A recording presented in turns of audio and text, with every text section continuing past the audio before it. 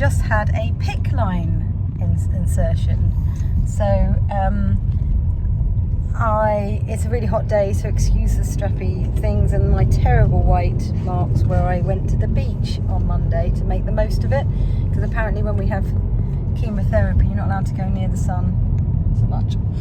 So PICC line, I was one of 3 this morning and we were all slightly on the tricky side, but there's nothing really to worry about. It just meant that our blood, I say our blood, there were 2 people before me and they had the same problem as I had, which is that the blood just wasn't congealing as quickly as they would have liked. But it wasn't like, you know, I lost less than I would on a period, so it's all cool. Yeah, it's here at the moment. I've got this lovely sort of, I presume that's something like iodine to clear the area, but it's like a fake tan. It's orange like an Oompa Loompa. Bandage for the moment in about 24 to 48 hours. Apparently I've got to have that bandage changed, and the dressing, it will be checked and stuff. Obviously have to look out for different signs and symptoms that would indicate something has gone wrong with it, but I can honestly assure you I didn't feel anything. I had the injection, they did 3 injections around the area for me. The initial prick of the injection feels, a tiny bit like a bee sting, but not like, if you actually had a bee sting it would continue to hurt, wouldn't it, and get worse. This doesn't do that. It's just a sharp little prick as it goes in, and then you don't feel anything. I didn't feel any of it going in. It's a teeny tiny line. It all just looks scary because of the equipment and people, you know, but the women were fantastic that helped me. They all put me right at ease, and again, I can't fault the NHS so far. And this particular procedure for me, because I'm absolutely fine when it comes to blood and needles, is absolutely fine. Potentially if you're a bit more tricky with needles, I mean, this was not as bad as, this was no different than getting the coronavirus jab. In fact, I think it was less painful.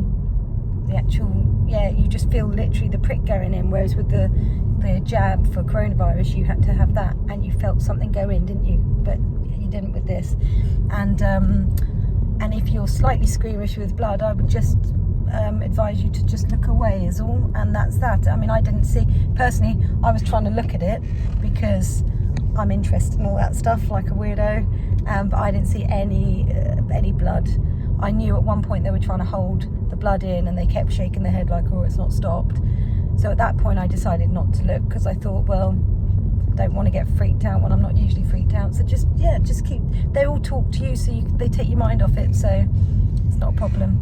So yes, PICC line in, first step of my cancer / chemo journey.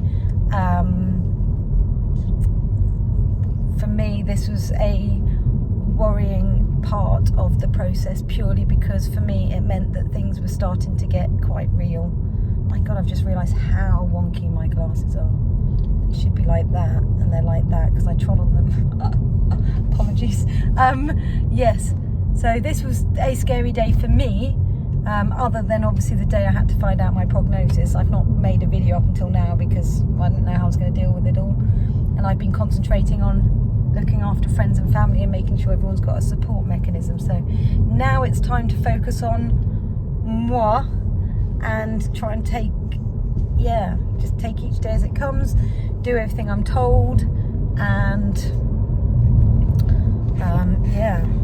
I might think outside of the box sometimes, get told to do certain things and I might decide not to, just because I'm a bit of a rebel like that. But I'm not, you know, do my best. I say now, do my best. But this is feeling fine at the moment. I've got this line that goes all the way up here. It situates above the heart. They give you a scan to make sure, first of all, that they're in the right area, which vein they're going to use. Then they draw a line and then they do it. That was so super quick for me, and they make you a lovely cup of tea afterwards, or hot chocolate or coffee. It's really good. I've saved my bickies till later. Wobbly. Anyway, feel alright at the moment, so yes, it's getting real, but it's all part of the process, isn't it, to get you better? So fingers crossed it will be all right. I get to speak to the I'm dreading the MRI tomorrow. That's the bit that I'm dreading,